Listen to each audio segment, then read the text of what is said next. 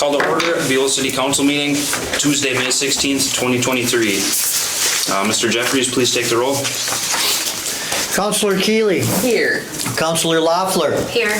Councillor Hadrava. Here. Councillor Towner. Here. Mayor Carter. Here. Administrator Jeffries is here. City Attorney Carney is here. Thank you. Don't have any additions to the agenda, correct? We do not. With that, do we have an approval or a motion to approve the agenda as presented? So moved. Thank you. Do we have a second? Second. Thank you. All those in favor say aye. Aye. Those opposed? Agenda is approved. Reports from department heads. Mr. Jeffries, what do you have from staff? Thank you. Thank you, Mayor Carter. I've got a few comments to make tonight, and I'll be the only one giving you a few comments. Since it's the summer, we hope everybody's got a good chance to get out and enjoy themselves. But while you're doing that, please keep in mind, if you're going to have recreational fires of any sort, to please keep your eye on those fires and ensure that they stay with you and not go to your neighbors or to the public areas or whatever. So enjoy your recreational fires, but enjoy them safely, please. And then also with the increased activity going on recreationally, please be attentive to your neighbors with in terms of nuisances, sound, hours of whatever you're doing. Please be sensitive to your neighbors as you wish they would be to you, and enjoy the summer, everybody, please. We talked last meeting about a community garden as a thought, and staff has done some thinking, some looking, and we thought we might come back with a potential list of sites. Instead, we'd like to come back with one site and have the council consider pretty strongly to have a community garden located at the skating rink area. Either the upper rink, the lower rink, or both. We have a good reason for suggesting this, mostly that we have a little bit of indigestion with allowing access to fire hydrants unrestricted. So if we locate them up there, we have a parking lot for people to locate in, a couple of nice big flat areas that won't be in the way for any snow collection in the winter time, and can likely just be used the way they are. They'll become the ice rinks again. And then we'll refit the skating shack with the outdoor hose bib for water source. So the water wouldn't have to be lugged across the street, or hoses won't have to go on into any rights of way or anything. And we think it'd be a pretty darn good place for that. So please consider for the community garden, maybe even this evening if you wish, to move with that site. That being said, one of the other good areas in town was here on the corner of Pennsylvania Avenue and Forest Street. There's a couple of intersection corners there that are open, and something could be done with them. The one on the northeast corner of Pennsylvania and Forest has been sort of a little memorial in the past, and still kind of is. There's a plaque out on the ground over there acknowledging some citizens of Buhl, and there's a nice treed area with a couple of Adirondack chairs, like maybe to consider elevating that area into a community fire pit area, or a fire ring. Purchase a fire ring, maybe 3-4 more chairs, and allow the public to enjoy that area if they don't themselves have that opportunity in their backyard. Okay? A big reminder to, by June 17th, have your punch list items in for the CIP Capital Improvement Project. Where there will not be another council meeting before then, and we will need to have all those comments in, bring them to City Hall before the 17th of June. And the final item I want to bring up tonight is that we are in receipt from the Minnesota Department of Health of a sanitary survey report for our Buhl public water system. What this does is it takes an inventory of our water system, and we review the information. That's all correct now, or modified, updated to be correct. But what I want to highlight is that there were no deficiencies whatsoever detected by the Minnesota Department of Health in either the treatment, the storage, or the distribution of our water. They also took some testing of bacteriological for the presence of harmful bacteria. They found none. So we had a clean bill of health on our 2023 sanitary survey report from Minnesota Department of Health. And that's all I have. Thank you. Moving on to Citizens Forum. Mayor Carter, we have no citizens that have signed up this evening, therefore there will be nobody presenting during the Citizens Forum portion. Thank you. Consent agenda. Regular City Council meeting minutes from May 2nd, 2023. Claims, payroll number 9, $13,777.63. Accounts payable, $85,807.29 for a grand total of $99,584.92. Do we have a motion to approve the consent agenda? I'll make the motion. Thank you. Do we have a second? I'll second. Discussion, questions, comments? Hearing none. All those in favor say aye. Aye. Those opposed? Consent agenda is approved. Moving on to business.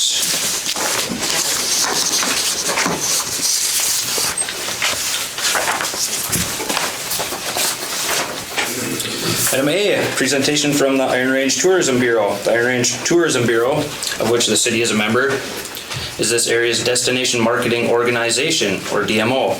The organization encompasses 11 cities and townships across the Mesabi Iron Range in its service area, from Hibbing to Hoyt Lakes and from Embarrass to Fail Township. Beth Pierce, IRTB Executive Director, is here this evening to highlight some of the IRTB's current efforts and initiatives for the betterment of its service area. Hi, everyone. Mayor, members of the council, thanks for having me. Do I need to stand up there, or is it okay to be here? Whatever's more comfortable. Okay. Well, thanks for letting me be here tonight. The Iron Range Tourism Bureau, as you mentioned, destination marketing organization. We are funded by lodging tax, 3% lodging tax collected by the hotels, Airbnbs. All of our municipal campgrounds participate as well, although they're not required to, except for Buhl. But I don't really know where you guys are at with campground building or anything like that, but you're certainly welcome to participate through a 3% lodging tax for the campground too. And by state law, we have to use that money to promote the area in which it was collected. So we have a very robust, mostly digital marketing campaign. We have other, traditional print and email blasts and some other more traditional forms of advertising as well. Some of our projects, you're recently familiar with the Trails Task Force grant. I manage that. We've given out about $200,000 in the last few years about 3 years for smaller trail projects. IRRB, of course, has their regional trails, million dollar, pot of money, but this is for projects just like yours. So hopefully you'll take advantage of that. You can apply as many times as you want for as many projects as you want. So. And something I think that you've heard a little bit about is the Hello Range project. Is that something that's been brought to this body before? Hello Iron Range? Beth, I think it was brought more so in the introduction of looking for the resident recruitment and retention initiatives, which would be spearheaded by the IRTB. Okay. And there was a conversation about participation in that or not. Okay. So, well, I'll just quickly touch on some other projects that we do. I act as a fiscal agent and sort of project manager for different initiatives across the region. One of those is Ride the Range, which is mountain biking, Tioga, Cuyuna, Redhead, Giants Ridge. And we pool our money together. We do annual marketing plans. We do some projects together. Minnesota Arrowhead Association, which is all the DMOs in northeastern Minnesota. And we also pool our money together and do projects that promote tourism to this area. I've done some grant work, served as a fiscal agent. One example would be the city of Hibbing. I applied for a grant for them. They provided the matching dollars. I just kind of managed the money, got some contractors. We did some work at the Greyhound Bus Museum. So it was, about a $16,000 or $14,000 project, kind of a smaller project that their city staff, their museum staff didn't really have they didn't want to take it on themselves, but they were fine with me kind of shepherding it along and kind of managing the money. So that's some of the kinds of work that I do. With this Hello Iron Range initiative, I think it was 2017, when we actually got a Blandon broadband grant, and maybe Buhl has participated in that in the past. Many communities received funding from Blandon to explore opportunities that either straight up brought broadband to their communities or had something to do with technology. So Iron Range Tourism Bureau, we were named a community of interest in this one of the years of the pool of money that they had. We got $75,000. Their process is you bring in your stakeholders, your partners, and they decide how that money, they come up with projects, you kind of pitch it to Blandon, and then you can, I don't know that anybody's ever been turned down at that point because you're already going to get the money, but kind of the pitch your projects and they approve them. So we brought a bunch of our stakeholders and partners together. One of the things that came out of it was, at the time we called it talent attraction. It was even before the pandemic, but even before then, I don't know if you remember, but the labor market was pretty tight then. We were having a hard time hiring people. And other parts of the state, the country, already have really pretty strong initiatives to attract people to their area, and we really don't. And so the partners that were originally involved with this, it was L&M Radiator, Fairview, Blue Cross Blue Shield, Anthem, which I think then was still Delta Dental, Delta Airlines. I feel like there was more. Oh, Essentia. Yeah, and they kind of guided this project. They said, we do want a website because when we're trying to hire people or bring them here, we don't know where to send them. They can look at a city website, but as we all know, you might not. You might live in one city and work in another. So they wanted more area information. And my site does that, but it's really tourism centric. So they wanted something a little bit more with housing and with churches and schools and all that kind of stuff. I don't know if you're familiar with North Force at all, through the North Span Foundation. That's kind of the same sort of initiative, but our group told us pretty strongly that we're not Duluth, and we agree we're not Duluth. So it was, this website was created, it's Hello Iron Range, and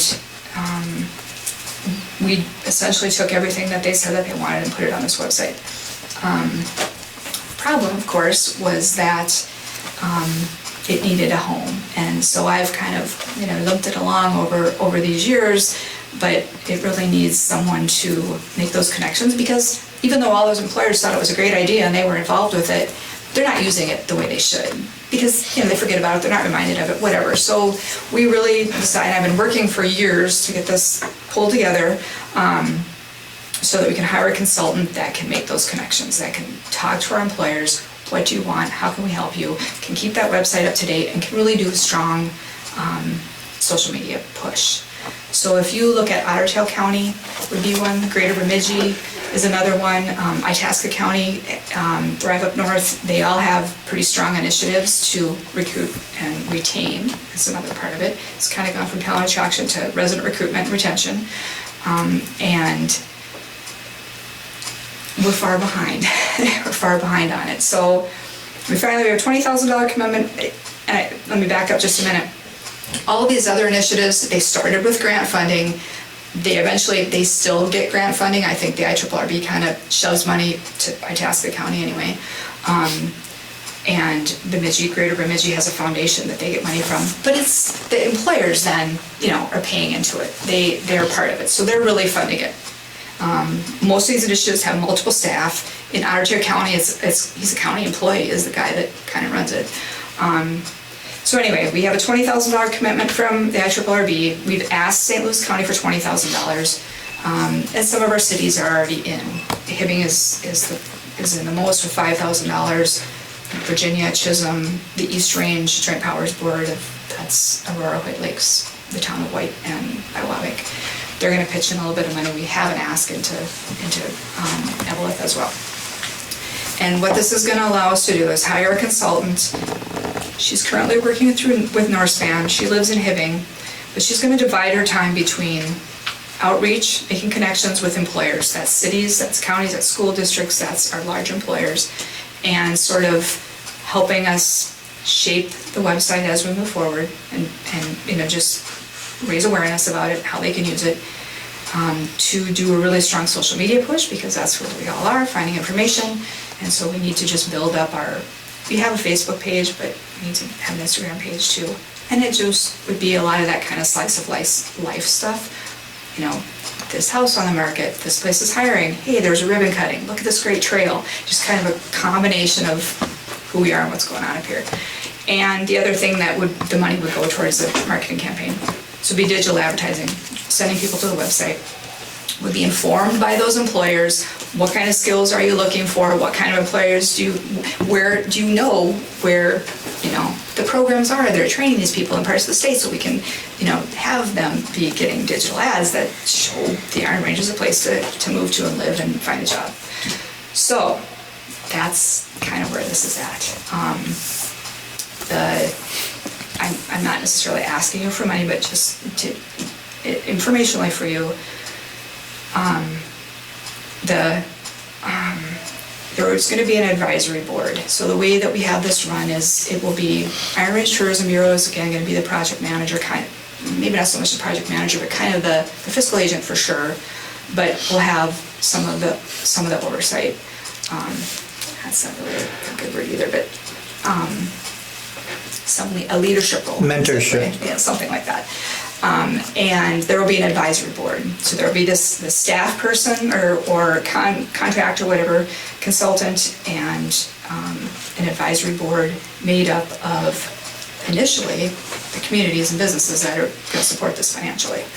And then moving forward, of course, this person is going to have to get employers to pay into this and keep it going long term. And I mean, if there's not a will for it, then it doesn't go anywhere. But that's where we have to get to, is just being able to ask employers, do you find value in this? Is this something you want? They say that they do. They've been saying that for years, that this is something they want. So it's time to put them to the test, and this consultant will be going out there and doing it. So I see the advisory committee having input on kind of the marketing campaign, kind of the image stuff, and just being able to know and advise that person, that consultant, so know what they're doing in that present. So with the employment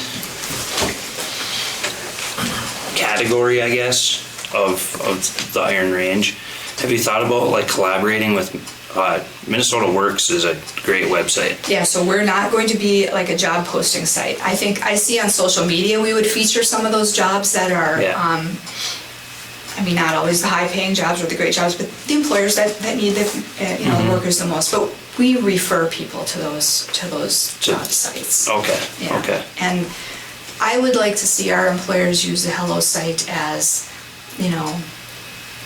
when they first get a lead from somebody or a bite from somebody or an application from somebody, they can respond with, thank you, blah, blah. Check out this website, we'll be in touch, or whatever, however their response is, that they're pushing the website out so that people can say, hey, this does look like a cool place to live, or, that kind of thing. So you're kind of like building a brand for our area. Trying to. And if I could like maybe that give a idea. little history, and I'd like you to critique this, of course, Beth. The organization gets its money solely from lodging tax revenues. Overnight stays, 3% from hotels, motels, campgrounds, B&Bs, etc. We also have, I've been involved with the organization for quite a while, upped our grant initiative, our grant activities quite a bit. So it used to be about $350-ish, $380,000 a year for our budget. We're now pushing $600,000 plus, and about $100,000 of that comes from grants. And as Beth mentioned, the uses of the money are state regulated into promoting the service area solely. Now, what's happened over the time is that we used to be the organization used to almost be completely a paper-based thing, maps in the Minneapolis airport, trail maps, snowmobile maps, et cetera, et cetera. Big flip-flop now. The organization's almost completely digital. So, all accurate? Mm-hmm. Yeah. Well, digital is the way to go. That's where everybody gets their information from.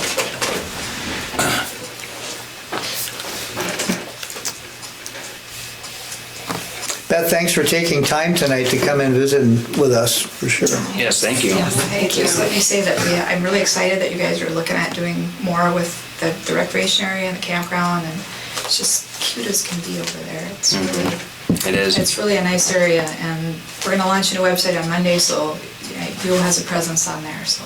But that's a different website. Yeah, our ironrange.org website is the tourism site. What was that again? Ironrange.org, brand new site launching on Monday, so. Awesome. Great, yeah. So yeah, my office is in Evelyn. If you're ever over that way and you want to chat about anything, and also if you guys need maps, or if your businesses, you want to have maps for anybody, or, print, we still do print information, people. We get thousands of inquiries every year for people wanting the paper stuff, so. Is that it? You guys have a big agenda, so. Thank you. We do. For building the Iron Range brand thing, I like that idea. I love where I live. I love this area. And building a brand and promoting it and making it desirable to people, I like that idea too. Is there ways for small businesses to help out with that, to get involved with it? I mean, Yeah, I think just interacting on social media, and Okay. being a fan, and even if you're out fishing, then you catch something, or you see Throw a a great picture of- sunset, just to Yeah, share, okay. and tag us and stuff. Because how about you want to throw out some social media accounts that people can follow? So right now, the tourism site is all Discover the Range. We have Facebook, Instagram, TikTok. We have Twitter, but we can't do everything. So, but the Hello Iron Range is right now. It's the Real Ranger Facebook page, and we're The going Real to try to Ranger? morph that into being the site that is just all about the Iron Range. And it kind of is. It was meant to be sort of that was another project that came out of this plan and stuff. It was kind of a good news, good Iron Rangers doing good things, kind of Facebook page. And I think we're gonna just let Hello Iron Range co-opt that, and then we'll have a Facebook page for them too, or an Instagram page for them too. Awesome. Well, that's how it gets bigger, Yeah. And we just hired a Everybody full-time individually content takes a creator look this to get year. involved. Yeah, so it's great to have somebody doing that stuff all the time. Yeah. And I don't know if anybody knows, he's from Chisholm, his name is Caesar Ortega, and you will probably see him around at some point. He works for the Chisholm Chamber too, does a little dabbling for the Chisholm Chamber. All right, nice to Excellent. see Well, you guys. thank you for your time. Thank you, I'm gonna go enjoy the night, I hope you don't. We are too. Have a good night. You too. Awesome. All right, moving on to item B. Approval of final plat of Damien Second Edition. The final plat of the Damien Second Edition has been prepared and received from JPJ Engineering. This plat needs to be recorded to establish the 10 residential properties included in this edition and the common and public elements serving them. Recording of the plat will then allow deeds to be created for individual properties which are currently under contract for sale and to accommodate future property sales. This plat has previously been reviewed and approved by St. Louis County Surveyor. Pretty self-explanatory. We have a motion to approve the final plat of Damien Second Edition, secure all required signatures, and submit it to St. Louis County for recording. I'll make that motion. Thank you. Do we have a second? I'll second. Thank you. Discussion.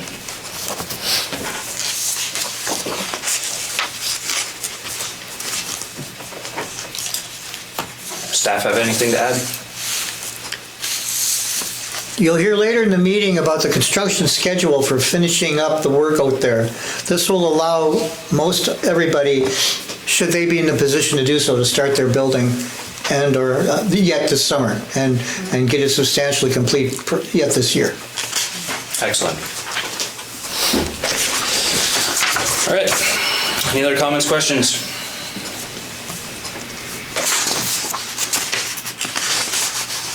Hearing none. All those in favor say aye. Those opposed? Motion carried. Moving on to item C. Resolution 2323 for the city to accept a donation from the Buhl Curling Club.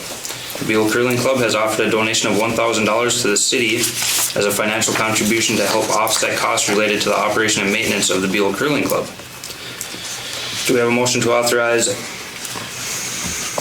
the city to accept a donation from Buhl Curling Club to offset operating costs related to Buhl Curling Club in the amount of $1,000?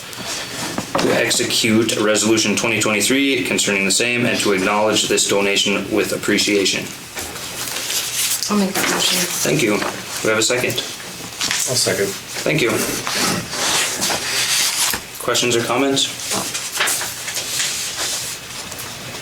I think you read it as 2023, but you meant 23, right? 2323. Resolution 23-23. I'll throw the dash in from now on. Sorry. All right, any other comments, questions?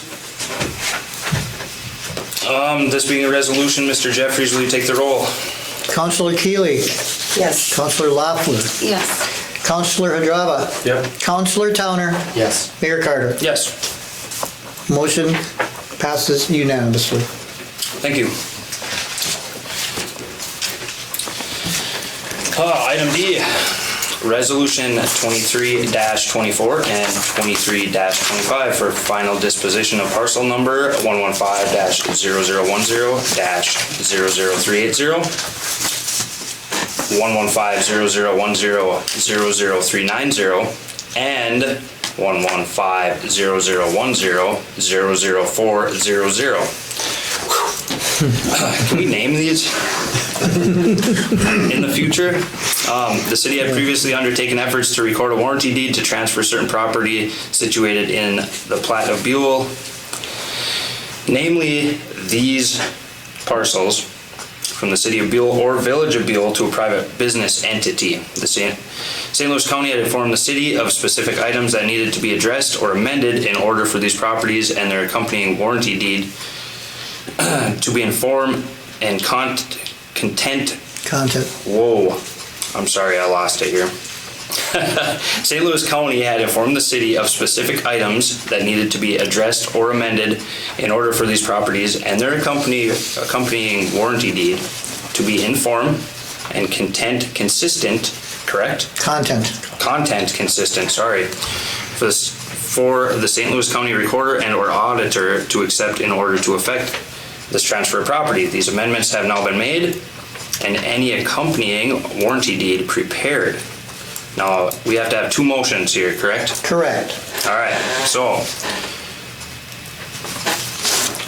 we'll have resolution 23-24, be a motion to approve the conveyance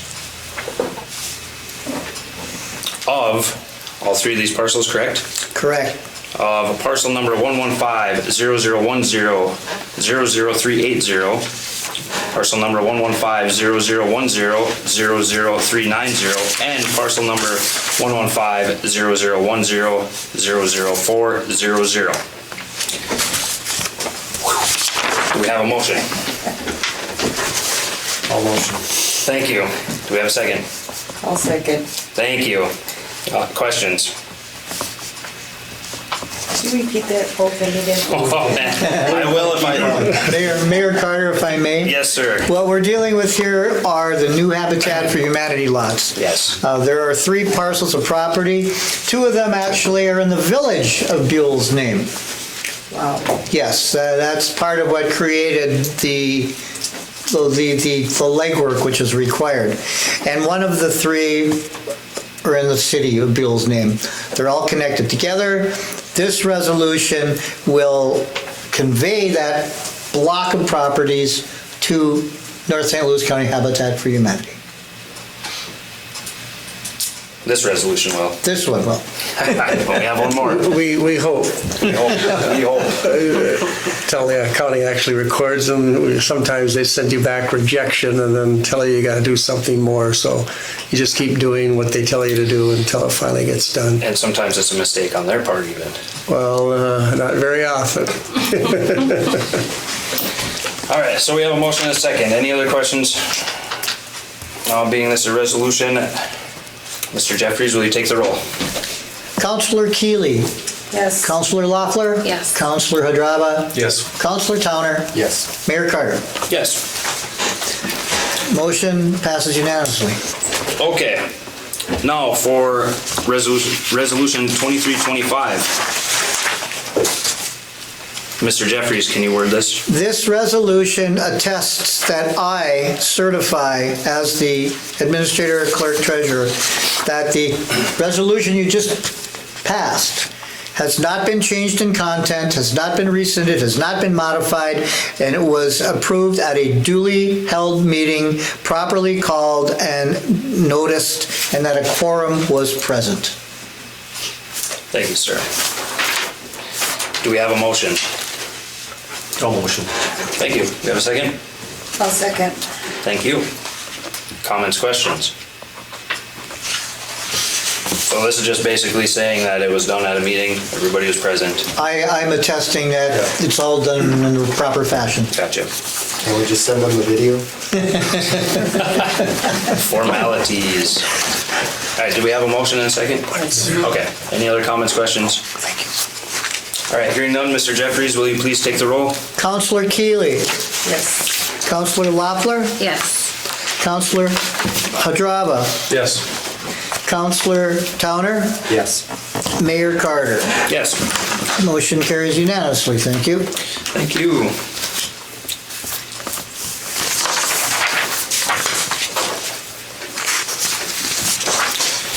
All right, moving on to item E. Resolution 23-26 for the city to accept donations from the Arrowhead Library System and the United Way of Northeastern Minnesota for the Buhl Public Library.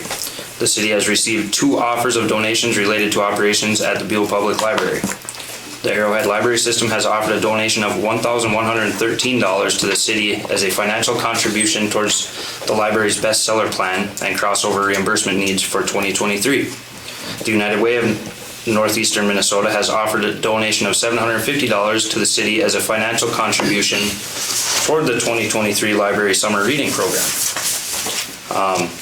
Do we have a motion to authorize the city to accept donations from the Arrowhead Library System in the amount of $1,113 and the United Way of Northeastern Minnesota in the amount of $750 for 2023 Buhl Public Library Program initiatives to execute Resolution 23-26 concerning the same and to acknowledge these donations with appreciation.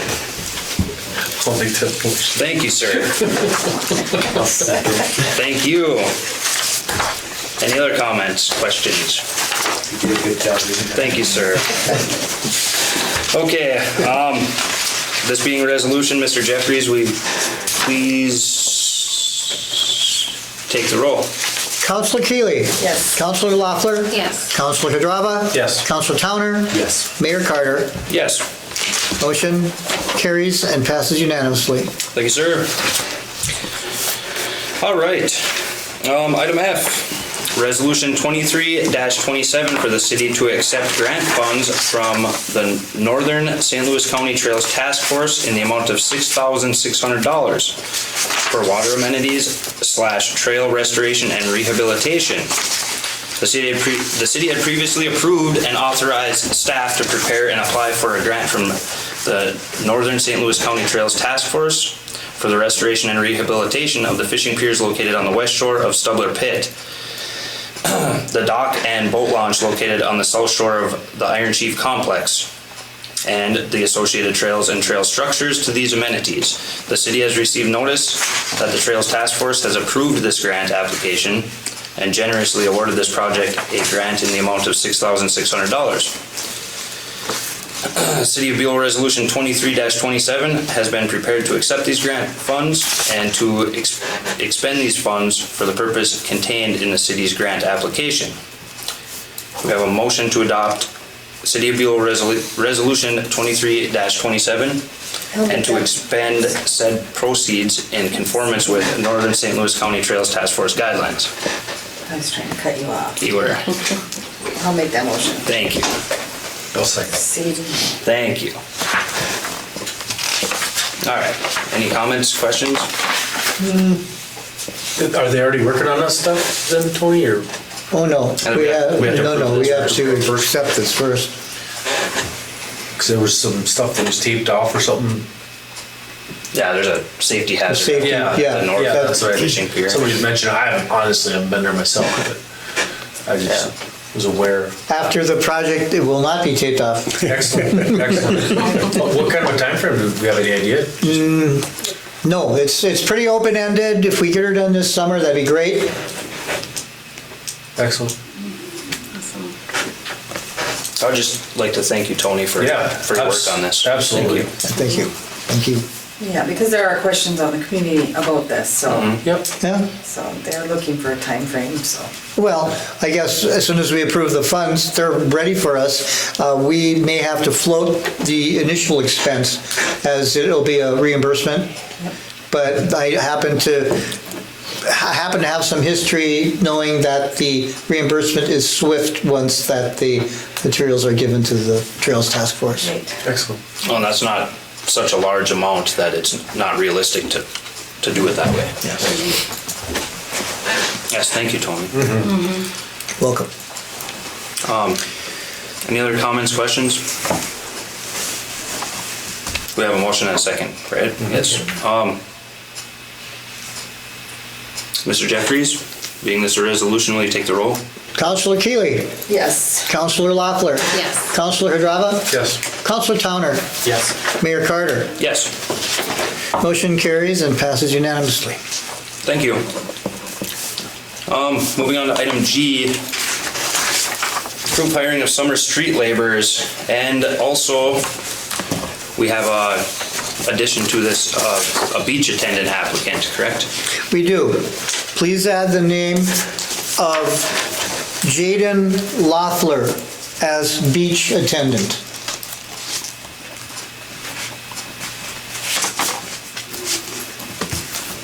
Okay, the city has previously publicly posted and published advertisement for the 2023 Public Works Department summer street labor and also beach attendant.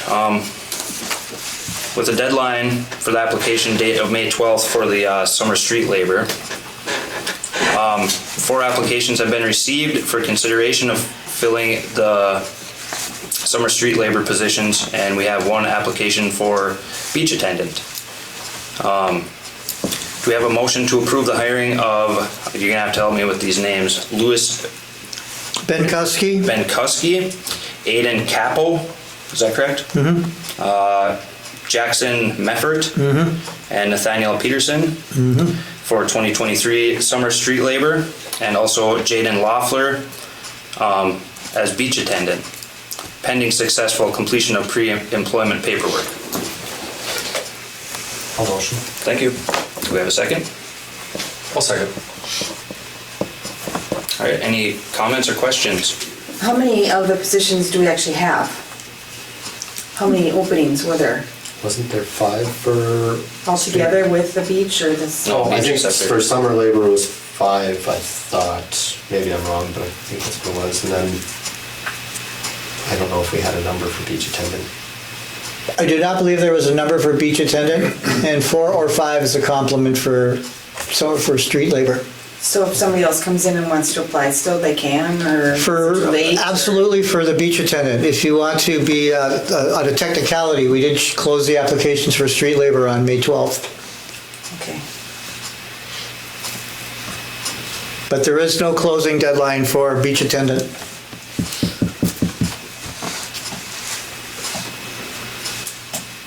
Any other comments or questions?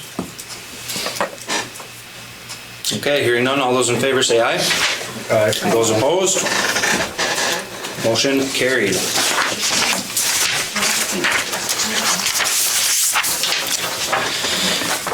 Item H, request from Carefree Living to utilize Buhl Senior center as a staging point in the event of an emergency. The city had previously passed a motion to allow Carefree Living Buhl to utilize the Buhl-Kinney Senior Center as a temporary staging facility in the event the Carefree Living Buhl facility is rendered unusable due to an emergency event, contingent upon executing an acceptable memorandum of understanding, which has been approved by the city. This memorandum of understanding has been prepared and it is distributed to the city council for consideration. Motion to approve the memorandum of understanding with Carefree Living Buhl to utilize the Buhl-Kinney Senior Center as a temporary staging facility in the event the Carefree Living Buhl facility is rendered unusable due to an emergency event. Do we have a motion? I'll motion. Thank you. Do we have a second? A second. Thank you. Comments? I have a couple questions. So I was looking at the last agreement we had, just to compare the two. And I noticed the new one has mentions a reimbursement of $350 per 24-hour period. We don't have that in the previous one, but it does say that there will be a reimbursement of costs, and it says it's addressed in costs, but it doesn't actually list costs anywhere in the previous agreement. The one we made with Cornerstone Villa, was that, I mean, actually I don't think you were here at the time, but this is the one we had with Cornerstone. Shouldn't we have something similar? I mean, not that we can change that, but maybe when we renew it next year, if we're going to be charging one, shouldn't we charge the other? Is there a reason not to? I agree.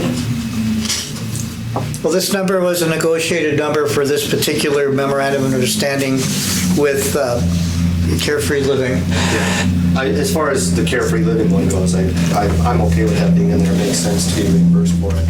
It's just, I thought I'd bring that up at least, so if we go to renew it next year, because, I mean, that mentions that it's addressed in cost, but I don't see cost listed anywhere in there, like it's supposed to be a separate. Well, I'm not sure it's on topic, but I'm not sure how the city would really calculate costs for that type of an event. Right. And I'm not sure what the mechanism might be, how much city effort it might take to come up with the calculation of said cost. So maybe, I guess my suggestion is next year when we go to renew this, that we add in just a fee. number. With Cornerstone, yeah. Okay. And the second question I have is, the senior center, do they have an agreement that they sign with anybody when they rent the senior center out? That's a little bit harder of a question to answer, because one of the things that'll be coming to you in the next several months will be a formalization of the use of the senior center between the city and the senior center. And there will be other similar agreements for the curling club, the library, and the camp up north. However the form those individually take is up to whatever preference you want. Will there be, will the city retain the control over, let's call it a sublet, or will the other party, the senior center, have control over who they rent to? That's going to be your decision completely. And it'll just need to be spelled out in the memorandum of understanding agreement between the city and the senior center. I have the pendulum's in the middle. It's not either way on that.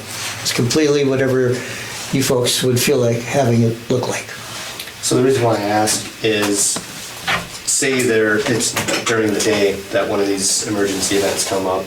If somebody's currently renting the senior center and they signed an agreement, or, you know, even if it was just a verbal agreement that they could rent it for however many dollars for however long, I mean, if we had a written agreement, I would say that this would supersede it, that we'd refund whatever they paid to rent the senior center, but that we'd have to cancel their event to accommodate the emergency, right?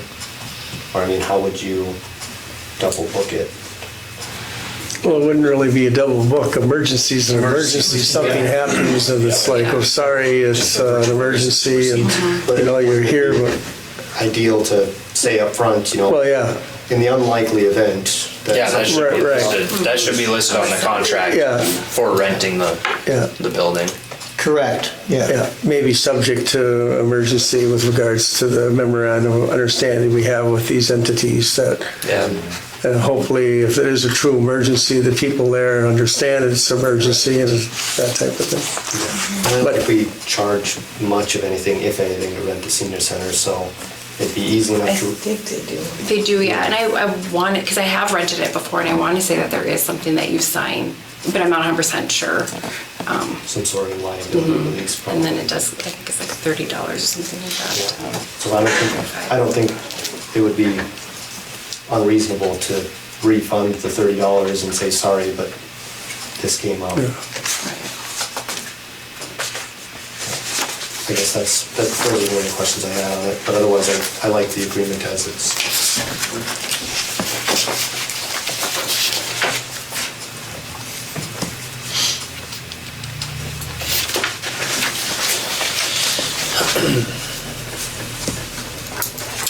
So we have a motion and a second.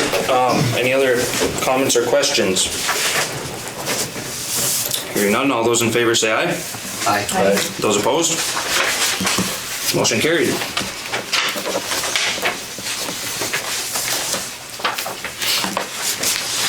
Item I, draft ordinance relating to the regulation of lawful gambling.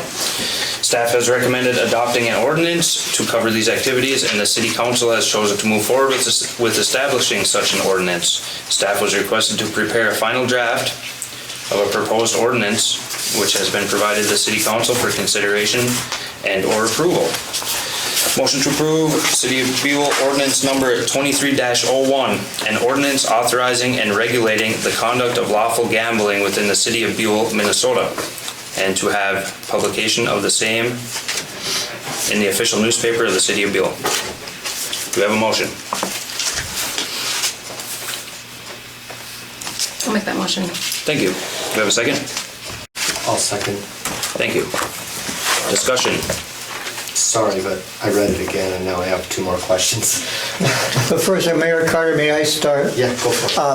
I'd like everybody to realize that an ordinance takes effect after a certain period of time after it's been published, okay? So even if, should you approve this evening, I'd like you to consider that it be not contingent, but as a matter of professional politeness, maybe we refer it to our city attorney for final review, even though it's been approved.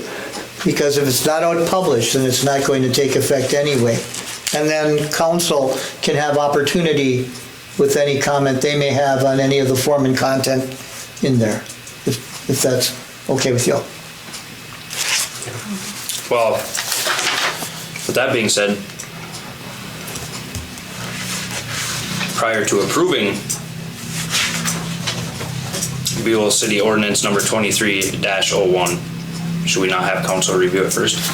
The council has been given the opportunity to do so, and the comments, which have been very few, have already been discussed.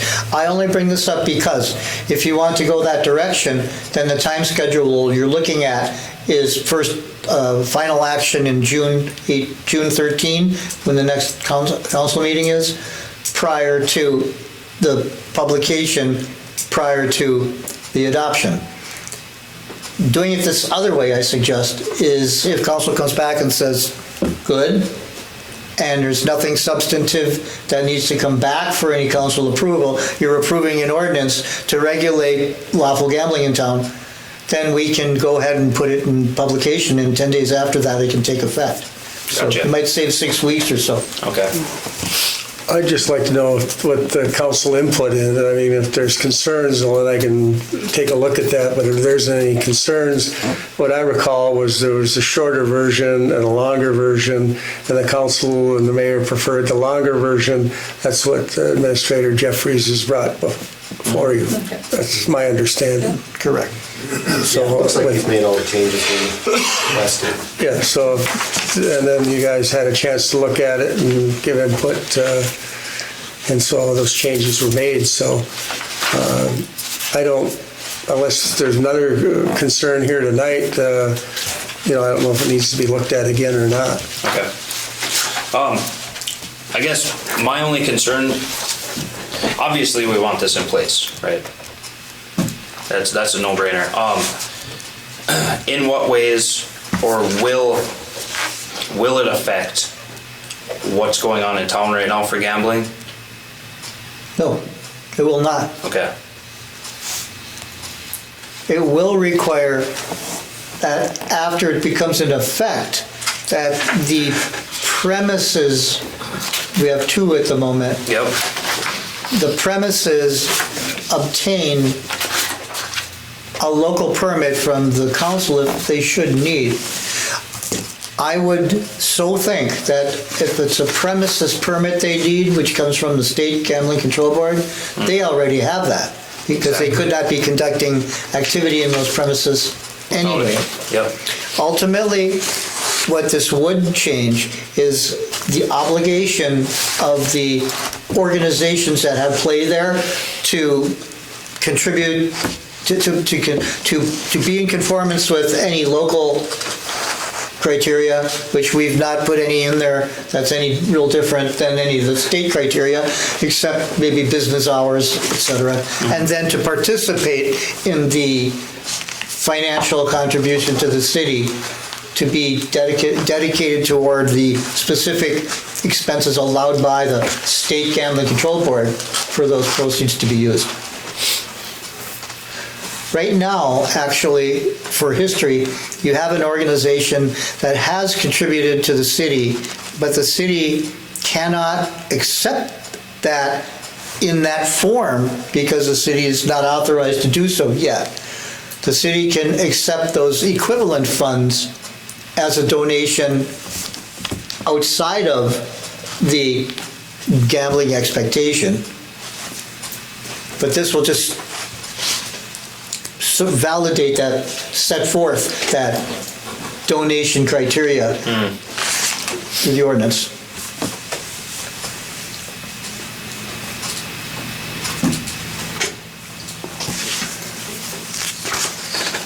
Any other comments? Yeah, two parts in here. I have questions while reading it again. What page? Page 2, section 5, applicability.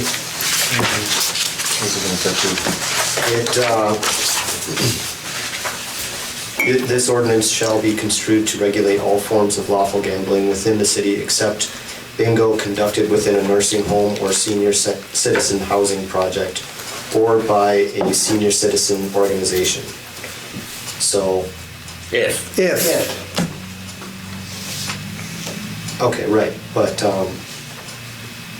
when it says senior citizen organization, at the senior center right now, isn't it the Knights of Columbus that do the bingo? Would that include them? Is it $10? A single bingo game to not exceed $10. And $10 doesn't buy you much anymore. I don't know what their prize amounts are. Well, it's, So I don't know usually if turkeys that- or if something. that Even a turkey's They- worth Well, $10. if the Knights are doing it, it's not They're not a senior organization. Yeah, that it would not fall under this applicability section. Okay. Because the game would not be to only members of the organization or their guests. Criteria number 3.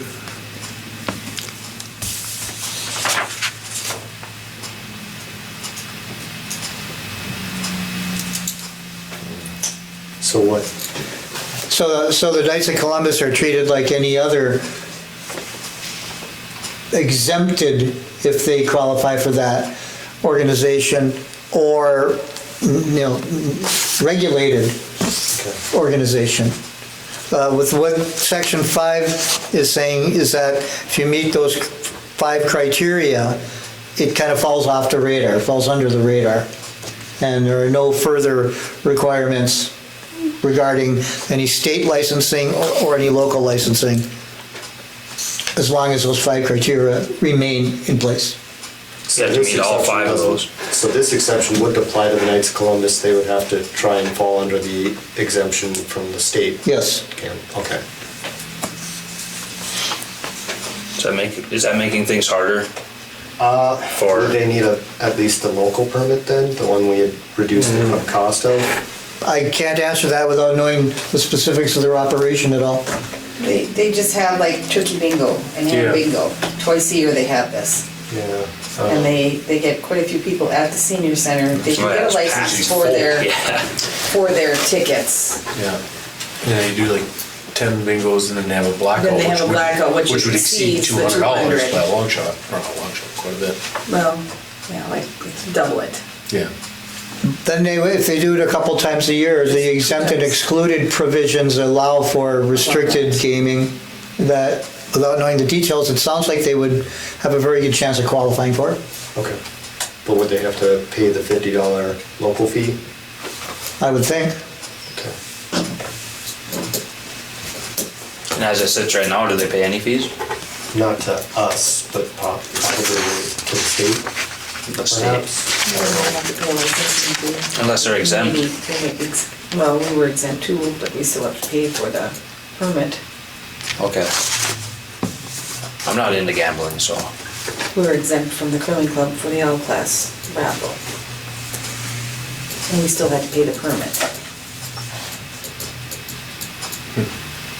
So this would likely just add $50 to their Their bingo night? Yeah. Well, if they do it twice a year, they just have to get the $50 permit once a year. So it would cover both times they do it.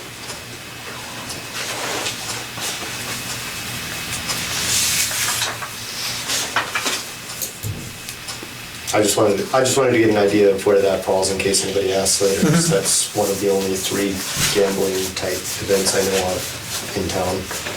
You know, what the 2 bars do and that.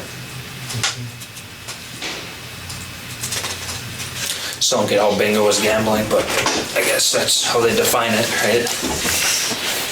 So, do you have anything else, Randy? Good catch. Yeah, under section 13 on page 6, subdivision 2, when it says payment under this section shall be made on the last day of each month, does that mean payment for the previous month or payment of that same month? 'Cause how would you pay on that last day of, say, the 31st when you can still gamble up until midnight of that night? So Yeah, that'd be the previous closed period. the previous closed month. Yeah, you pay basically it's that. given the entire next month Okay. for them to catch up and do it. That's what I wanted to make sure that's, Yeah. I couldn't tell for sure. Yeah. Okay. Other than that, I'm good. That's all you have? I mean, I have to come up with more. Well, I don't like the idea of putting extra costs on our bingo we have. I don't either. Is there some way we can get around that? Lower the local fee to 0, but unless we worded some sort of exclusion for, Nonprofits. or something. They're a, Could be exclusion for nonprofits, couldn't there? Is that what the nights are? I think so. I don't know if they're nonprofit, but they only have 2 a year, so. well, just for an explanation, the fee for $50 for the local permit has been suggested as, 1 hour of staff time, if you will. At least to verify that they are excluded by the state and whatnot. I mean, I don't know. I mean, if we're approving it, it must take us some legwork to look it over.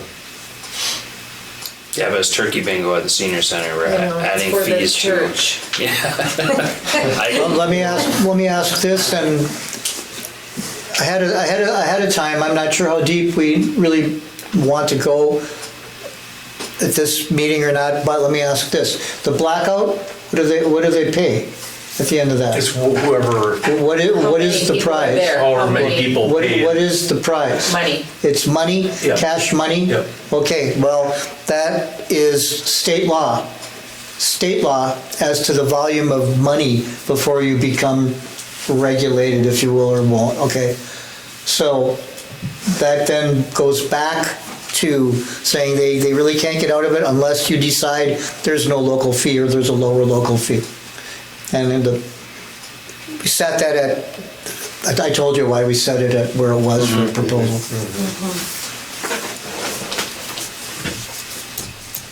And apologize, I don't have any history financially on that operation to know what impact that might have on them. I don't either, honestly. I haven't been to one yet. No, and I don't even think it's relevant, to be honest. It's our local bingo. I mean, I don't like the idea of adding to the cost of holding that. I don't either. They only do it twice a year and they do it for their fundraiser. That helps the community. And that, to me, that's a negative impact on it, discouraging it. That's my opinion. I'm just putting it on the table. Yeah. It's totally different than the bars. Totally, because the bars do it every day. Yeah, and that's for revenue. Yeah. Yeah. And this isn't what the nights do. No. There should be a way to separate the two. A gambling strictly for generating revenue and a gambling for charitable stuff and, community. Well, Mayor Carter, maybe I can suggest this as a middle ground. I would hesitate to have no local fee, and we kind of talked about this last time. The reason being, then we don't exactly have as much teeth to know what's going on, to even be aware of what's going on. But if you wished in page 4, subdivision 3, to lower that local fee that's proposed at $50 now, you could always adjust that fee in the future. Or can we add an exemption to the fee? For so many X amount of times a year, if you have less than four events or less a year, you may be exempt from said fee, something. I would hesitate to try to have a mechanism that's more involved than the state mechanism already, unless you have somebody on staff that's as knowledgeable or more knowledgeable than the state regs, so that you know that you're in conformance with the state regs. And Yeah, if you're only having 4 or less events a year, if you're having 4 or more events a year anyways, you'd probably be looking at a premises permit. Right. Anybody who's only subject to the local permit would be having 1 or 2 a year, most likely. So that would be the same as saying that no local fee. Right. I understand your question, Mayor Carter, but I guess I don't see an easy, workable exception without taking without taking more time to determine how said exception could cover everything you have in mind, but not have any downside on it as well. I don't know how we can make an exception that's either not overly complicated or that wouldn't eventually come to playing favorites. You just lower the fee, as the administrator said, like $50. What's the fee? $10? Make it $10. 15? Yeah. Something Whether nominal. it's 10 or free, I mean, not to say that staff time isn't valuable, it's very valuable, but once you know how to do it, you do it every year, and it doesn't take that long then, because I know that. It's mainly just a permit form. You Yes. sign it and drop it. And Again, the first year is gonna be different. After that, you're gonna understand what to do, and It's like doing brakes on a car. The first one takes you the longest, the second one goes fast. does it only And not take to one time? undervalue that, but it doesn't take that long to go through this and do this, so. Well, whether it takes an hour or 5 hours, I mean, if it's something like the Knights of Columbus, what's the point of taking money for them, for us to give it back to the Technically. city versus them just giving it back to the city directly? Well, why can't we have the local permit fee only be applied to organizations that are here gambling or having anything to do with gambling for profit for their company? I don't know how to word that correctly. you start picking and choosing, and you run afoul Not of the law. necessarily. I heard somebody say favoring one and disfavoring the other. I think you just stick with the fee amount. This is the cleanest, easiest way that. Simple solution. There's gonna be way too many Mayor gray Carter? areas otherwise. I'm also not aware of any gambling organization that's actually doing this for profit. I guess technically. I am not aware of any gambling institution that does it for profit. They make revenue that they need for expending on whatever their lawful Just say a purposes business, is. yeah, okay. But they're not Yeah. a business. Wording that wrong.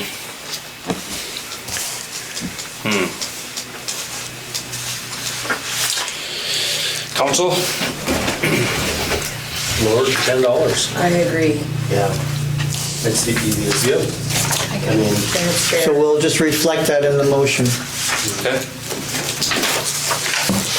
again, I think staff time, whether it takes them, if they're really good at it and they get it done in 5 minutes, or if it takes them 3 hours, I think their time's very valuable, but I think we can, the city's revenue as a whole can comp the difference for something like this.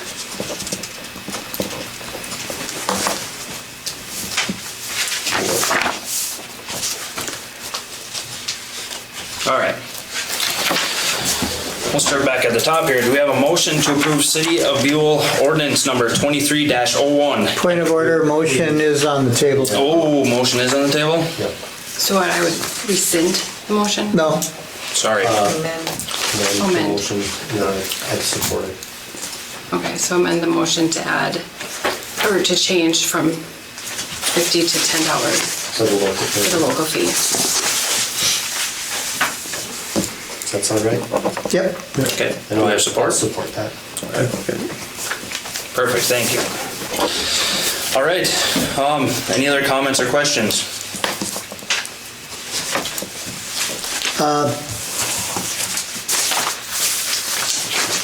I'd like to ask council, would you like to see this, or but you've received comments from the council, so would you recommend that we go to publication after this? Yes, I mean, I think it was all discussed here, and the only amendment was the $50 to the $10, and everybody's satisfied with it. And obviously, these aren't cast in stone. If some change needs to be made, you can always amend or modify it at a later time.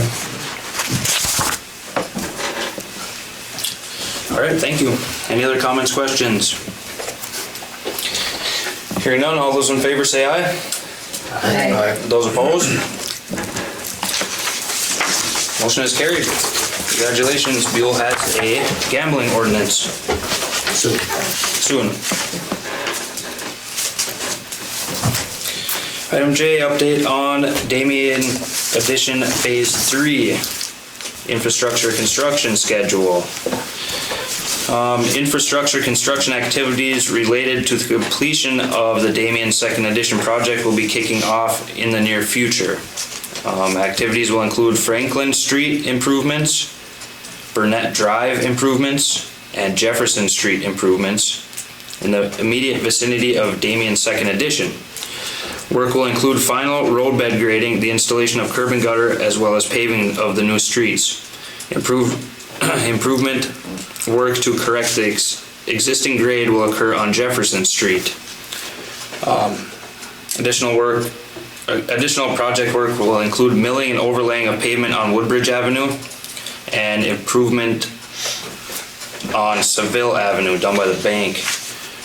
Construction activities are anticipated to commence on May 31st, 2023 and continue through completion by June 30th, 2023.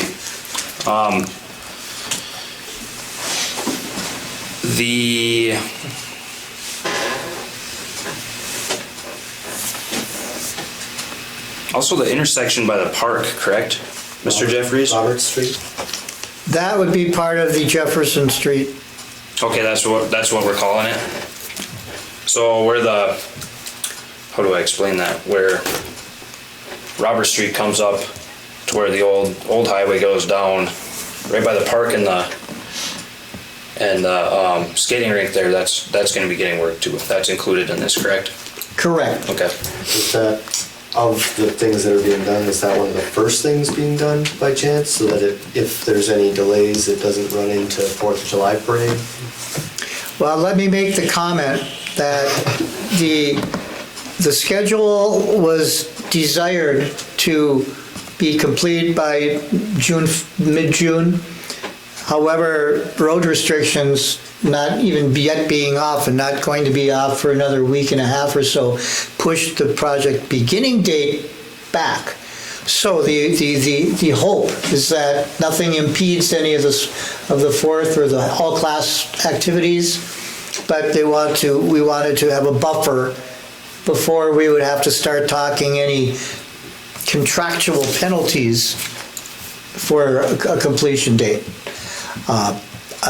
I do not believe it's the first thing to happen, because the longer time lead items you need are to get the site prep, to get line sets for curb being laid, and then after the curb is put in, you need a number of days of curing that concrete before putting asphalt down, pressuring it to the, so we need a few days there. Well, that's on the new stuff, Burnett Drive. Right, Franklin Street. but activities, what sequence of activities, that's going to have to happen a little bit before they move up to the Jefferson Street intersection. Okay, that's the way that schedule will work? Okay. But again, the hopes here is that all of the work is done by the middle of June. It's just that it's starting a little later and trying to consider weather possibilities, et cetera, et cetera. The buffer period till June 30th was put in. Well, we'll be sure that if work isn't completed there, it's presentable for the events in town. Well, I mean, if we can at least get through. Oh, yeah, absolutely. And in the meeting, they sounded pretty confident in that being ready for. Okay.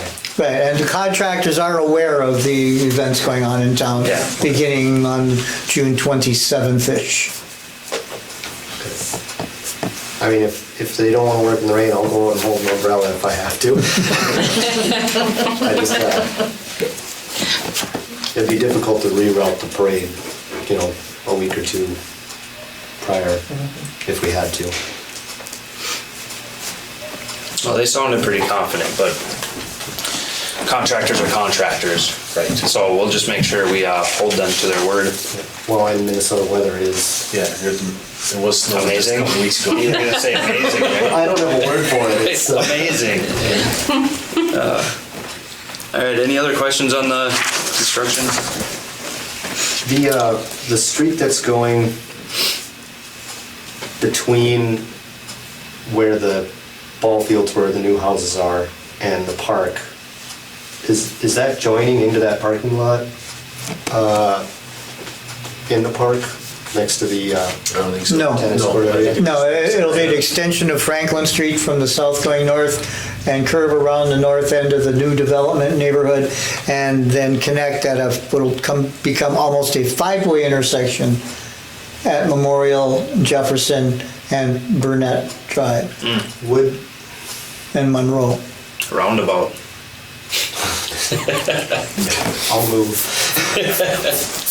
Would it cost much more, or would it make any sense at all to have it tie into that parking lot, just so there's one other way in and out of that neighborhood? Because if there's a traffic jam at that intersection, not that I'm saying there ever would be in a small neighborhood like that, but especially emergency vehicles had to get in, there's only that one intersection that lets into that entire neighborhood.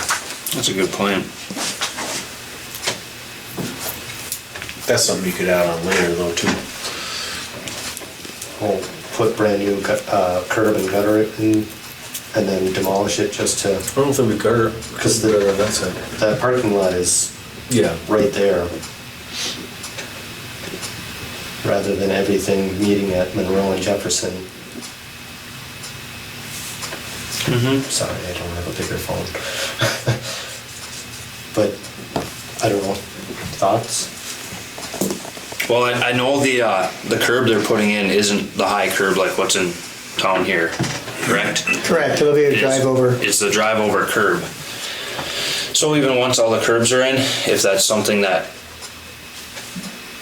council wants to make happen, or however that works, it's a drive over curb, so it would just be the improvement of the whatever's between that street and the parking lot. I don't have an aerial or a visual up to really exactly pinpoint what you're saying, but you are correct, Mayor Carter. The other things I would mention is the additional work involved with changing contracts, changing scopes, changing funding. I'm not sure that's going to occur by mid-June. Yeah. Right. That's fine, I just thought I'd bring it up in case. Yes, but It's not a bad idea. Maybe Yeah. we should visit that in the future, making that accessible from that side too. let me suggest that, without seeing it again, I apologize, but perhaps if there are park improvements at some point, that it become a part of that Right. work. Okay. Yes. I like that idea. Okay, any other comments on the construction? Moving on. Item K, update on Julia Joyle versus City of Buhl conciliation court hearing. Mr. Jeffries, do you want to take this one? Thank you, Mayor Carter. Well, the St. Louis County Conciliation Court hearing involving Buhl resident Julia Joyle and the city, which was conducted on Wednesday, April 26, 2023, has been adjudicated now. A finding has been received. And an order of claim and counterclaim and order for judgment and judgment was received from the St. Louis County Conciliation Court, which did find in favor of the plaintiff, Julia Joyle.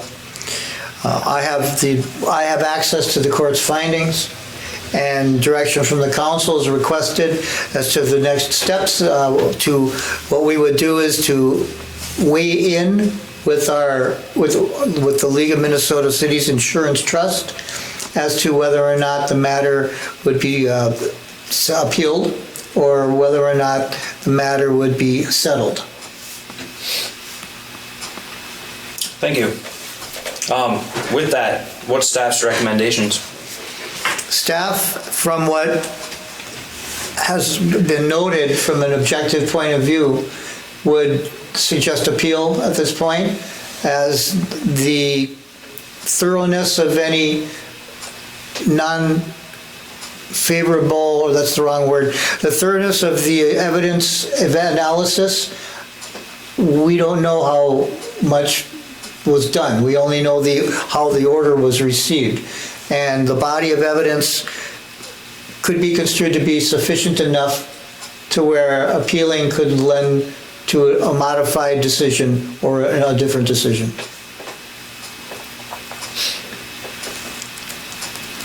The judgment was for the maximum allowed in conciliation court amount, so $15,000.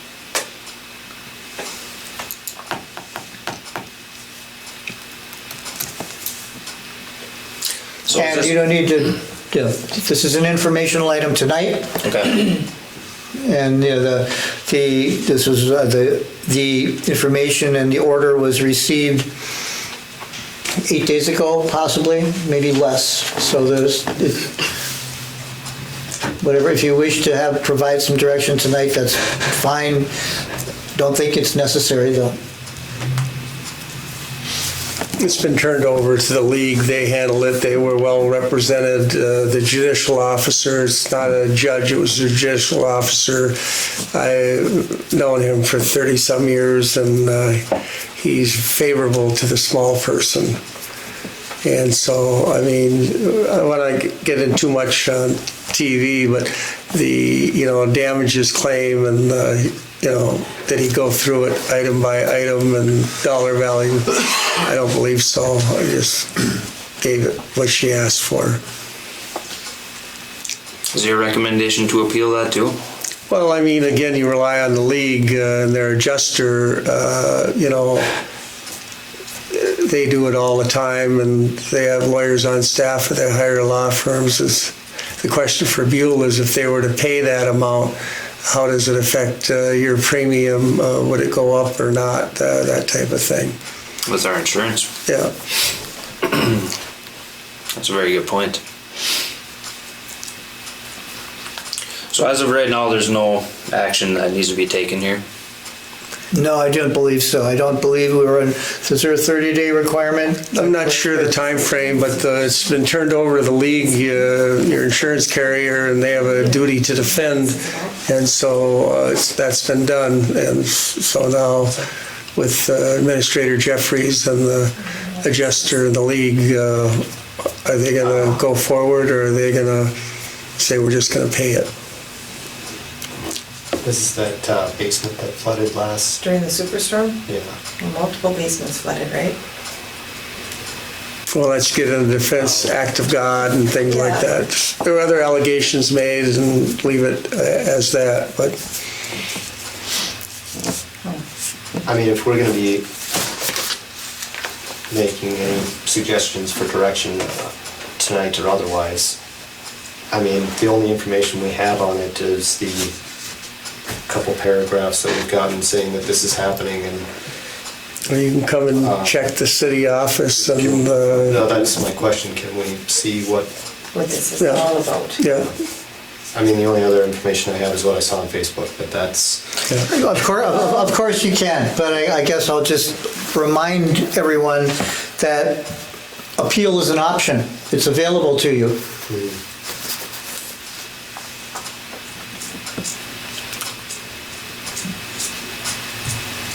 All right, any other questions? If you have questions on the actual details, which may contain privacy stuff, see Mr. Jeffries. Okay, moving on.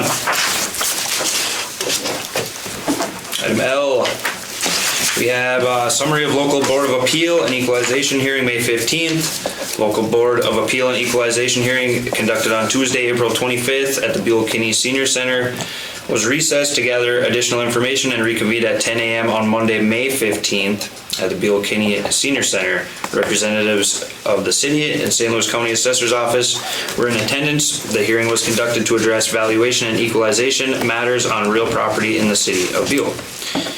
Comments and findings from this hearing will be presented by the administrator at this City Council meeting. Mr. Jeffries. Thank you, Mayor Carter. This meeting was just yesterday, and in summary fashion, the activities included anyone who had put in a comment or had gone to the meeting and requested that the county assessor's office relook at their property. That has all been done so. In several instances, mitigating circumstances and individual factors allowed for the an evaluation adjustment to be made. In all cases, they were lowered if they were adjusted. A number of them stayed where they were initially set at after getting some more information and the county doing some more evaluation. So nobody had either no change or they had a decrease.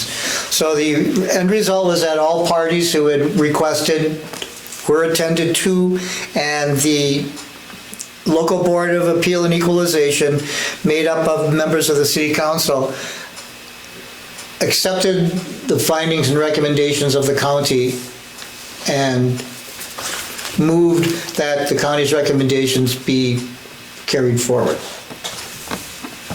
That matter is now closed. The hearing is done. There's no more opportunity until next year for the same actions or the same issues to come before the local Board of Appeal and Equalization, which is you folks. Thank you. But those people can appeal to the county still, right? What's the date for that? Oh, there's. I don't know, it should be under statement. No, that, if you didn't appeal at this one, or Right, you but cannot the go ones to that the, got no change, Right, if they're they still not can. happy, yes. they can still go to the Right. county, right? Which is what date do we know? I thought it was sometime in June, but I don't remember the date. I don't have it on me, I apologize, but it would be on your tax statement notices, yes. Okay. A couple of notes from the discussion we had. It's not only Buhl going up in valuation. They presented us a map of St. Louis County listing the areas where they would either increase or decrease, and by what percentages. Just to give you a picture, candy cane colors were increased. The whole map was red. So it's not just Buhl. And we even asked if they spoke with other counties, and they said yes. We spoke with Itasca. The same thing's happening there. It's the whole market is what's causing it. These formulas that the county uses are dictated by state statute, so they have to be within a certain percentage, and that's where this comes from. And that, coupled with a hyperinflated market, puts valuations of our homes in Buhl at an unrealistic amount, which leaves them valued high and subject to higher taxes, possibly. And that's all I have. Anybody have any other notes from that?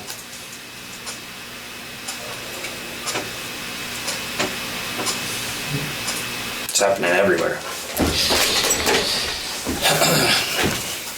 We'll see how the taxes go. When do those come out? You guys have any idea? The proposed tax? November? November? That's right, okay. Those will be the interesting ones. All right, moving on to item M. Wellhead Protection Plan update. The city maintains a wellhead protection plan to protect its drinking water supply from contamination. This plan is administered through the Minnesota Department of Health in conformance with Minnesota rules. The city partners with Minnesota Rural Water Association for implementation of this plan. The plan has now been reviewed and updated and amended for 2023.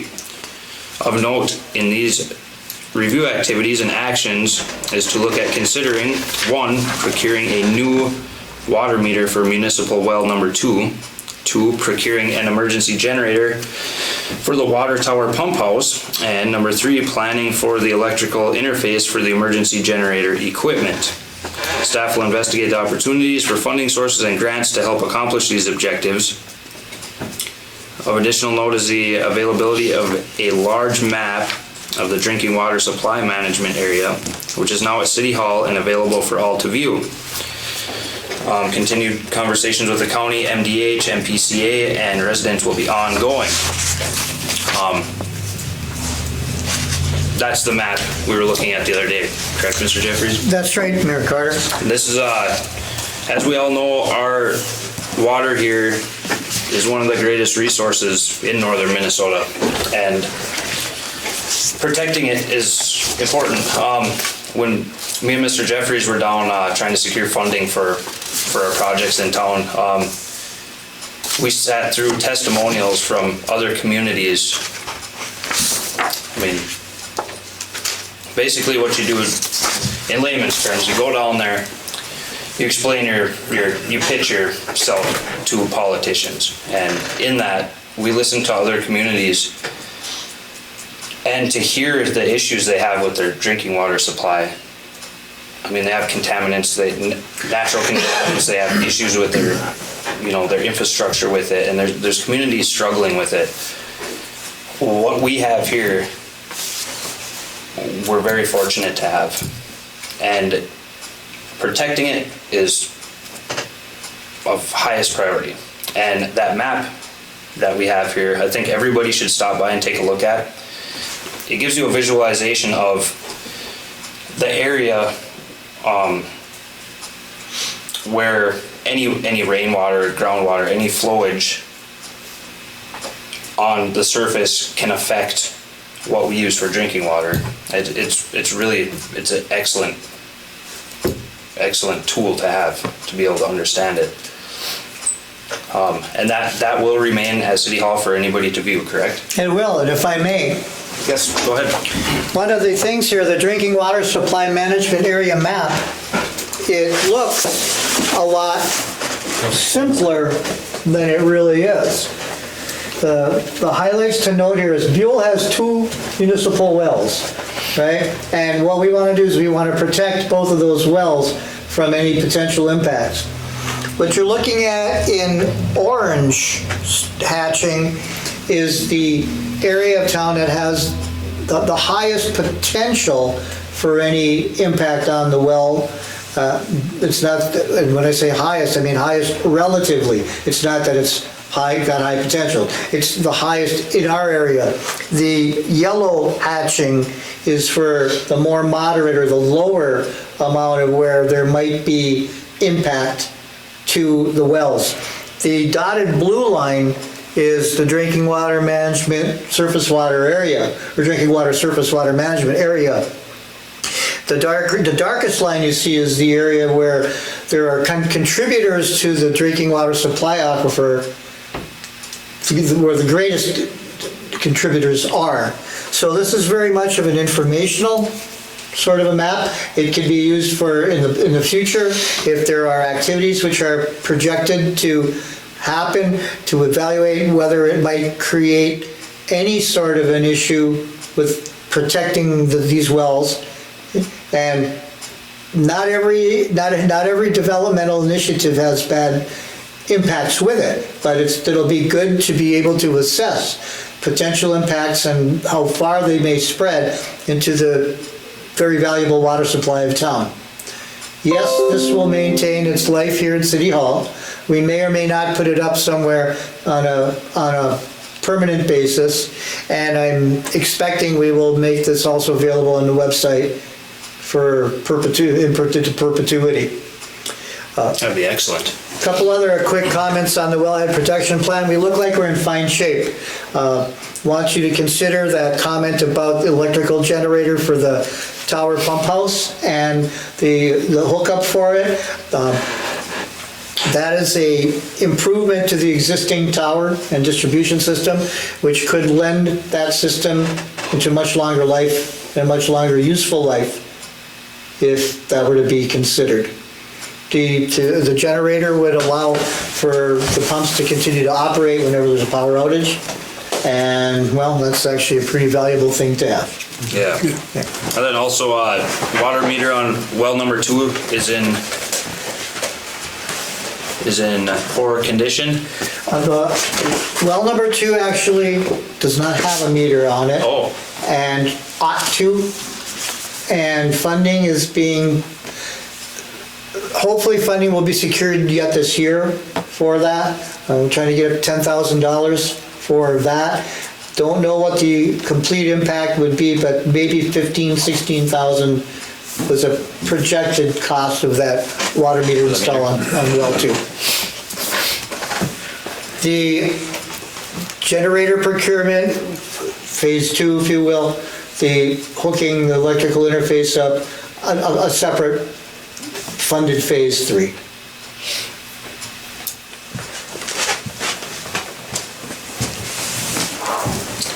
As of tonight, we have no action on this, Laura. No, we don't. Just informational. Thank you for that map. I mean, like I said, our water in this town is a very important resource. Life doesn't exist without water, and we have the finest in America. We're gonna do our best to protect it.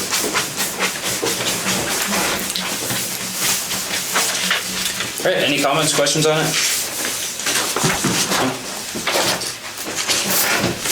You know, and to the public too, anybody who does watch the videos, even simple things, working out in your garage, you spill a gallon of oil on the ground. I mean, stop by City Hall and look at the map at the critical areas where, I mean, right in town, that's where it affects or could negatively impact our water source the most. So you go dump a gallon of oil in the woods, it'll filter through a long ways before it gets to where our well is at. So try to refrain from that. Any spills, is there a contact for big spills, Mr. Jeffrey? Minnesota Pollution Control Agency. Okay. And that, you should be able to find all kinds of information online. Okay, moving on, drinking water consumer confidence report update. The city's 2022 drinking water consumer Confidence report, as Mr. Jeffrey spoke about, has now been finalized and available for public consumption. Each year, all community water systems must distribute a drinking water report to their customers. This report is known as a Consumer Confidence Report, CCR. It must be distributed or available to all customers by July 1st. The 2022 CCR is available on the city website, which is www.cityofbuhlmn.com for all. The CCR is attached for your information. Mayor, I could make a couple comments on that. Yes, please. I've assembled this report to include a fair amount of just educational information. And it includes some good water management suggestions, not unlike Mayor Carter just mentioned about if you're working in your garage, let's say. But the highlights of the report will talk about making your water safer, and then it gives results of what was found in Buhl. And we're all very happy to announce that monitoring results for lead, copper, inorganic and organic contaminants like nitrates, other substances, including fluoride, were all found in levels well below any recommended number of concern by the Minnesota Department of Health. Another way of saying that again, our water is good, no violations, and the levels of measured materials were very, very low. So that highlights what we found this year. And I guess I can just leave it at that. There are more website and educational links available on the back end of the report for those who may wish to learn more about this whole matter.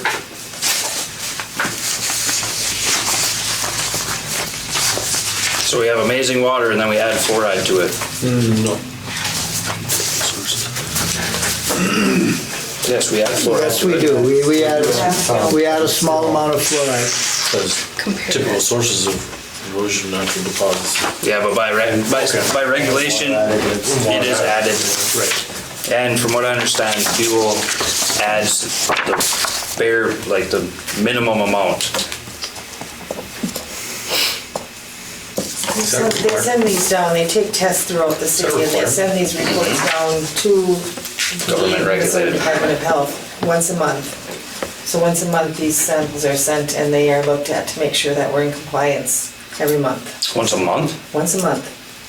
You have to send it by, it's a form that you have to send down to them that shows your reading, and they have to have it or they will be on you. Oh, yeah. Well, if you're providing anything to the public, It is once a month. drinking water, food, any of that, it should be regulated. I totally agree with that. All right. So if you're interested in viewing the report, that will be posted to the city website, correct, Mr. Jeffries? Correct, it is up now. Okay, thank you. A lot of good information there. All right, moving on, item O. Reminder of annual spring cleanup, June 12th through the 15th. Residents must contact City Hall and be placed on a list to have any items picked up. Items which have a pickup charge must be paid for at City Hall by 4 p.m. June 9th, or they will not be picked up. The flyer, is that posted anywhere, Mr. Jeffries? It should be up at City Hall, correct? City Hall, Post Office, Library, and Senior Center. All right, thank you. So if you're looking for information on it, look to those locations or stop into City Hall. It is spring. We need to do some cleanup. I know probably everybody's household is doing it, and if we work as a community, we can get it all cleaned up. It's a good opportunity to go alley shopping too. One man's junk is another man's gold. That's true. Date Wouldn't it be night. funny though if you paid for something to be taken away and someone picked it up for free? That's really ironic. That happens, so I know people that do that here. Not me, but Still out of your hands, out of your hair. Right. All right, item P. I think this is the first time we reached item P in a while. Invitation to vendors from the South Range Flea Market. Mr. Jeffries, you want to take this one? We received a request to publicize a new regional community event called the South Range Flea Market. It's a summer-long event that'll be held on Thursdays from 8 a.m. until noon between June 15th and September 14th. It is in South Range, Wisconsin, which is about 10 miles or so outside of Superior, Wisconsin. Stars and Seeds Farm, which is the host where the event will take place, has requested us to help put out the word to the public to come, as well as letting our vendor friends know about this local flea market. So it will have artists, vintage, antiques, rocks, handmade, collectibles, farm vegetables, licensed food, and musicians with original music as they have a stage there.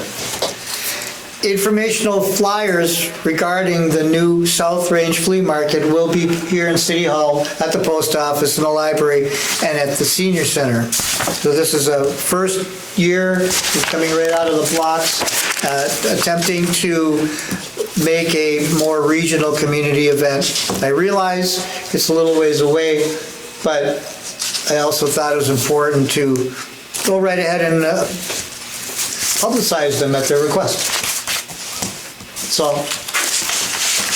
they reached out to us? they did.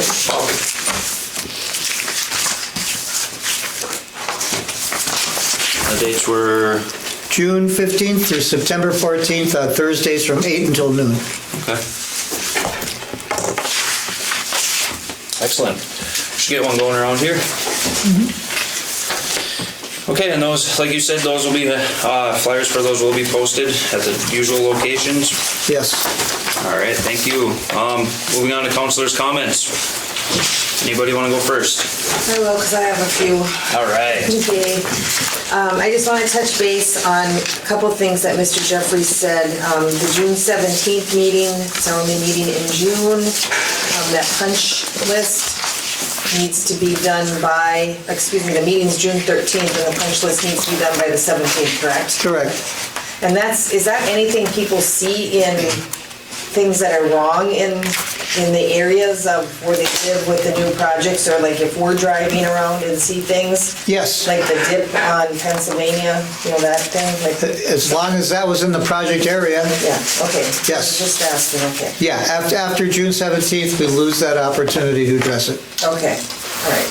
Just reminding everybody, the meeting is June 13th, the punch list is the 17th. Then you talked about the garden. Now, Kelly isn't here tonight, the one that actually started this, and I thought I saw a posting from Kelly that they got the backyard of Cornerstone or I don't know assisted living. She had talked to them and they had offered it an They had option, offered sort it. of. I So don't have you think it's talked like to- finalized yet Okay. or anything, so. Have you talked to Kelly at all? I'm not. It's the first I've heard of that other location. So I'm gonna get in contact with Kelly and have her talk with you, because Okay. you have a place and she has a place, so, which is good. It's not a bad thing to happen, so. I Okay. just wanted to touch on that, because I did see a post from Kelly. Well, can I Yeah. comment on that? Yep. Can we direct all of that, not to throw stuff at the rec board, but have all of that conversation with there? As far as, what do you mean? Location. Well, she who's didn't doing come what? to the last rec board meeting when we Okay. talked with her. I guess our overall opinion was that she needs to get a group of people together to decide what they want first, and then see if, what Carefree Living is offered is the best option, or if they do want a particular area that the city has available. Okay. Let them choose and then go from there. If it's a community-run group, it's kind of on them to Okay. choose what they want, and how they want to do it. Just throwing around ideas, trying to, so there's Right. less confusion. Yeah. I don't know, just trying Yeah, to I help. just wanted to, just see if she's talked to you, because I read other things, so, which is just good. That's why maybe if Multiple choices. you talk to her, have her get in contact with Mr. Jeffries. I will, yeah. Another thing was the City Hall hours, reminding everybody that City Hall hours starting Memorial Week are going to be different. They're going to be 7 to 4, Monday through Thursday, and 7 to 11 on Fridays. So we will not be here Fridays. Well, not me, but... Okay, then another thing, where are we with contacting the county on the signs in town that you don't see? The speed limits are anything that you want, because there's not really signs that say, Don't say that. well, no. Have we done anything further with that, or? Talked with Public Works, but I can't speak for them this evening as whether or not, because it'll depend on whether they're on county state aid roads or not, as to whether the county will get involved with that. Okay, because they're kind of right away, that's when they're leaving town, and they don't say anything but 30, Yeah. my age. And then one more thing, I'm gonna go but touch base with your respect to your people in this town. There's been a lot of complaints on Facebook and on my phone, and with the motorbikes and the four-wheelers and the speed, and there's a place for them, and it's not on the streets of Buhl. So, I know you have to get to your dump area, but riding the streets, doing wheelies, and it's just not appropriate.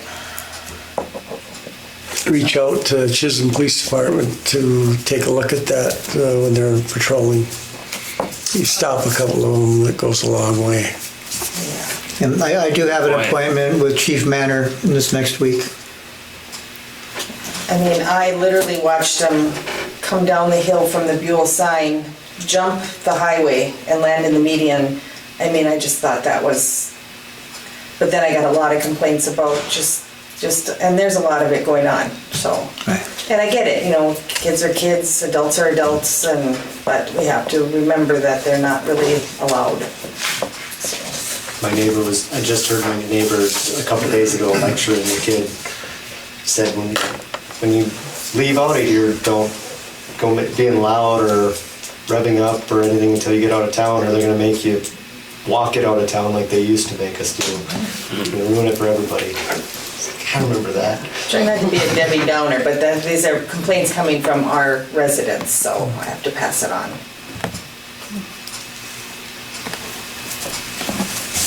I'm done now. Thank you. Renee, you have anything?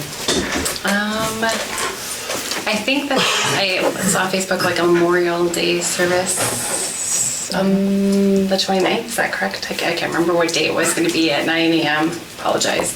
I know that there's something going on. And I know it's not part of the council, but like just the citywide garage sale. Someone mentioned too that it's going to be the end of June. The third weekend before the weekend. Yeah, 23rd, 24th. Yeah. So a couple things that are going on. Awesome. Anything else? How about your trip? Did you go on it for your grant? Nope, that will be this week. Okay. Yeah, so Thursday, Friday. I'll get more information. Exciting. Yeah. Where do you have to go? To Granite City, which I didn't realize is gonna be 5 hours away. Ooh. That's a long one. Yeah, it's a long drive. What you got, boys? Just want to thank everybody for coming and help clean up around the Frisbee golf course and stuff that day, and yeah, everybody that helped with that. And get outside before the mosquitoes do. Oh, they're there. I haven't seen one yet. Oh, I have. Wood ticks are I had one of them today, a too. lot. There's a lot. It looks good, Mike, by the way, the town. We'll clean it because you can tell. Thank Randy. He forced me to do it. He forces me, I force my kids. Yep. I just told Laura, she, Yeah, there you go. He knows the chain of command. no, and thanks to Trent and the guys, that made it a lot easier to just bring the bags to the side of the road and they came by and picked them up later. Yeah. Because after we found a fridge door out behind the Frisbee golf course, I didn't think we were going to be able to drag that all the way to a dumpster. So that was good. Yeah. I didn't write it down to bring with me, but we have a movie night coming up very, very soon. So hopefully there's a flyer up very, very, very soon. But we'll have an outdoor screening of a movie that's yet to be determined in the very near future. So look for it, I guess. All right. More to come. Anything else? How about you?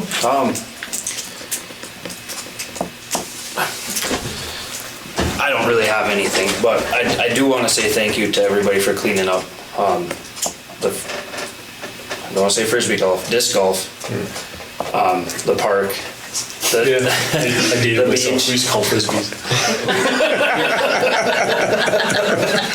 I don't want to offend any disc golf players. My family spent some time down in our campground.